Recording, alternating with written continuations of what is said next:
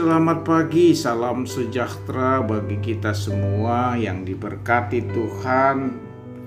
Puji dan syukur kita persembahkan kepada Tuhan pagi ini, oleh karena kasih setianya dinyatakan kepada kita pagi ini. Dan itulah salah satu alasan kita mengapa kita rindu untuk mendengar firman Tuhan.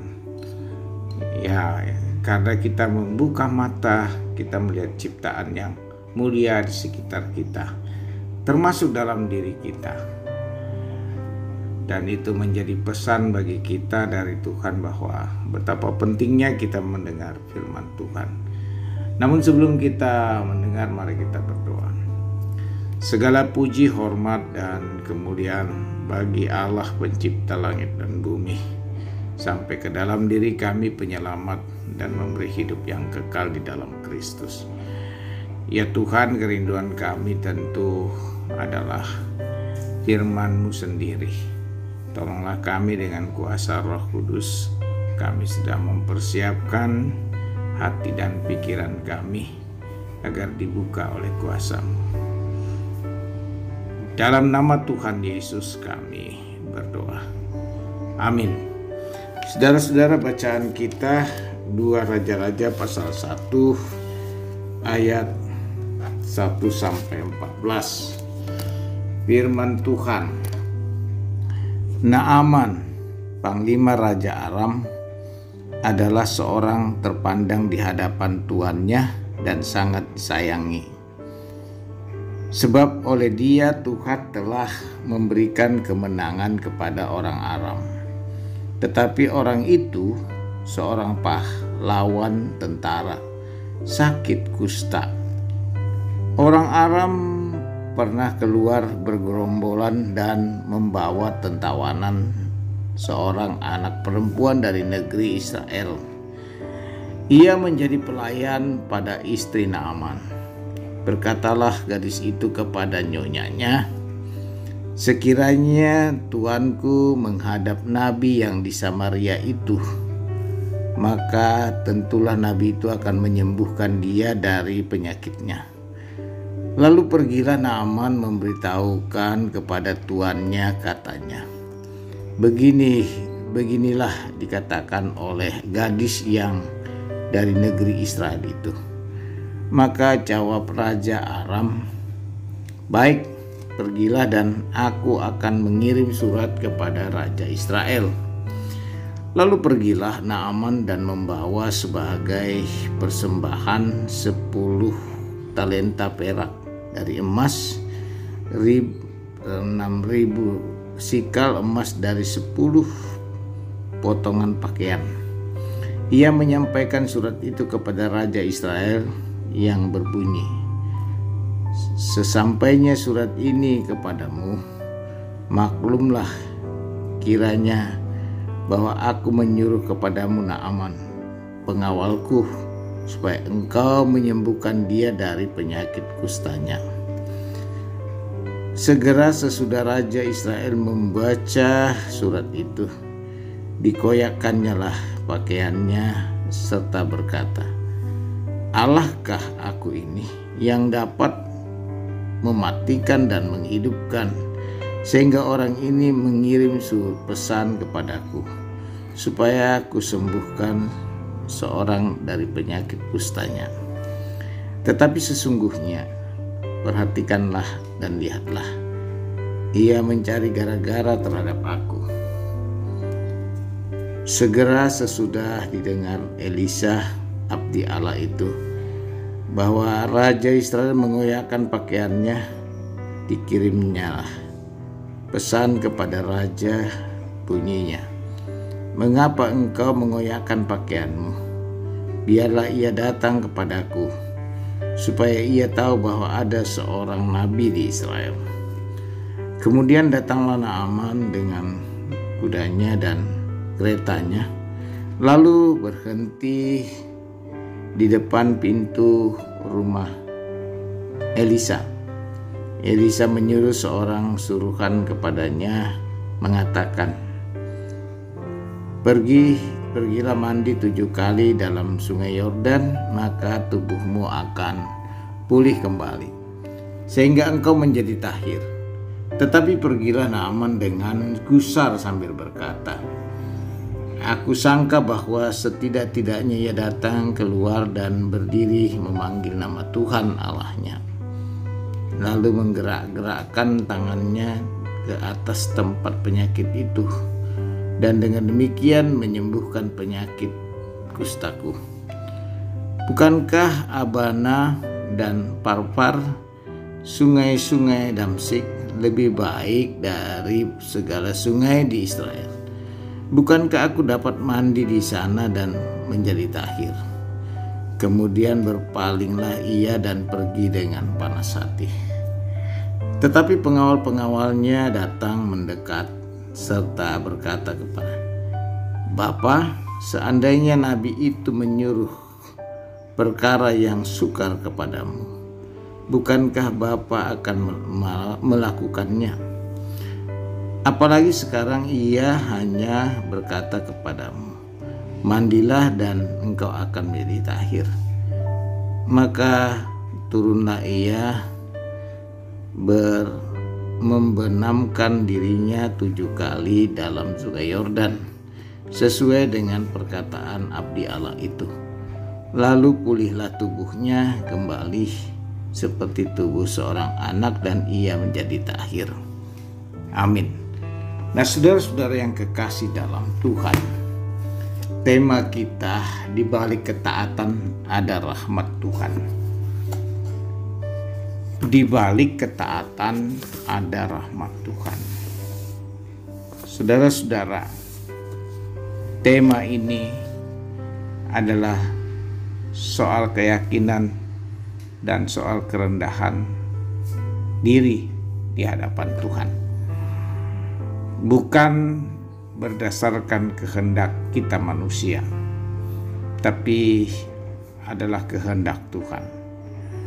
Ketaatan akan ada ketika kita lebih dulu mengalami, dan itu baru muncul ketaatan. Tapi sebelum itu terjadi, apakah ketaatan itu akan terjadi? Sulit sekali untuk dipercaya.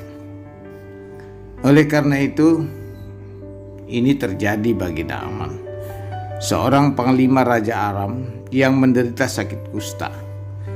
Ia diperintahkan oleh Nabi Tuhan agar menceburkan diri dan mandi sebanyak 7 kali ke dalam sungai Yordan. Perintah ini tidak masuk akal baginya, dan Naaman ingin supaya Nabi Tuhan ini menyentuh tubuhnya, bukan menyuruh dia mandi. Saudara-saudara, Naaman merupakan sebuah penghinaan bagi Naaman. Apa yang dikatakan Nabi Elisa. Bagaimana mungkin Naaman mau mengerjakan apa yang disuruhkan Elisa kepadanya kalau semua perintah itu tidak masuk akal, terbilang aneh dan tidak sesuai dengan harapan. Apalagi Elisa dinilai tidak menghargai dia yang ada dan datang kepadanya sebagai orang terpandang.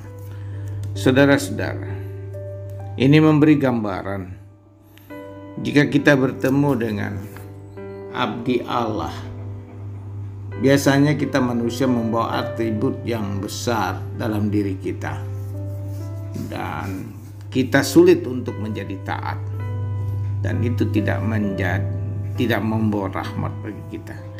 Ketika kita mau merendahkan diri di hadapan Tuhan, bahwa kita adalah manusia dan ingin memperoleh kesembuhan dari Tuhan, maka betapa pentingnya kita menyadari hal itu. Sama halnya ketika prajurit itu menyampaikan kepada panglima ini bahwa seandainya di disuruh untuk yang lebih sulit lagi, maka Bapa akan melakukannya. Namun atas saran dan desakan para pegawainya, akhirnya Naaman mau melakukan apa yang diperintahkan Nabi Allah. Sekalipun tidak sesuai dengan ekspektasinya, dibayangkan, dan ketika Naaman mau taat dan belajar merendahkan diri serta tidak tersandar pada pengertiannya sendiri, maka ia akan mengalami rahmat Tuhan yang luar biasa. Ketaatan sangat penting dalam hidup kita, dan itu membawa rahmat bagi kita. Sebelum atau sesudah terjadi, biasanya orang taat sesudah mengalami apa yang terjadi dalam dirinya. Tetapi ini sebaliknya. Ketaatan itu muncul ketika persoalan diperhadapkan dalam diri seseorang, dan seseorang ini membutuhkan ketaatan yang serius, mempercaya apa yang dikatakan firman Tuhan, bukan sesudah terjadi. Itu jelas berbeda, saudara-saudara. Karena itu orang percaya taat dulu sebelum ia terjadi sesuatu. Ketaatan itu penting dalam hidup kita, dan inilah yang dialami oleh Naaman. Mau taat dan lebih mengandalkan apa yang dikatakan firman, bukan kepada logikanya manusia seperti Naaman. Oleh karena itu, apa yang dilakukan dalam ketaatan ketika ia menyadari betapa pentingnya ketaatan itu, maka Naaman mengalami sesuatu yang luar biasa, mujizat. Rahmat Tuhan ada padanya. Demikian saudara-saudara kita dalam hidup ini, ketika kita merencanakan segala sesuatu, memperoleh hal yang luar biasa, belajar taatlah dulu kepada Allah. Belajar dan penuh kesetiaan. Percaya. Jadi di sini ketaatan membutuhkan kepercayaan yang serius. Menempatkan kepercayaan itu di atas segala kepentingan pribadi. Maka rahmat Tuhan selalu dirasakan, dialami, dan dinikmati. Ini terjadi bagi kita, saudara-saudara, dalam hidup sehari-hari. Kita berjuang begitu beratnya, tetapi kita percaya lebih awal sebelum perjuangan itu kita lakukan. Dan kita percaya janji Tuhan selalu ada dan manis, tepat, tidak pernah berkurang. Oleh karena itu, saudara-saudara, pengalaman Naaman adalah pengalaman kita sebagai orang percaya. Pengalaman Naaman adalah gambaran hidup yang dinyatakan Allah kepada kita. Agar kita belajar taat sebelum apa yang kita rencanakan. Kita percaya Tuhan selalu ada menopang kita. Percaya di dalam Yesus Kristus. Tuhan memberkati kita semua. Di balik ketaatan ada rahmat Tuhan. Amin. Mari kita berdoa. Segala puji, hormat, dan kemuliaan Allah Bapa, Anak, dan Roh Kudus. Kami bersyukur Tuhan sudah menolong kami dan menyertai kami dalam kebersamaan mendengar firman Tuhan. Peliharakan kami dalam segala aktivitas hari ini, di rumah atau di luar rumah, di kantor atau di jalan.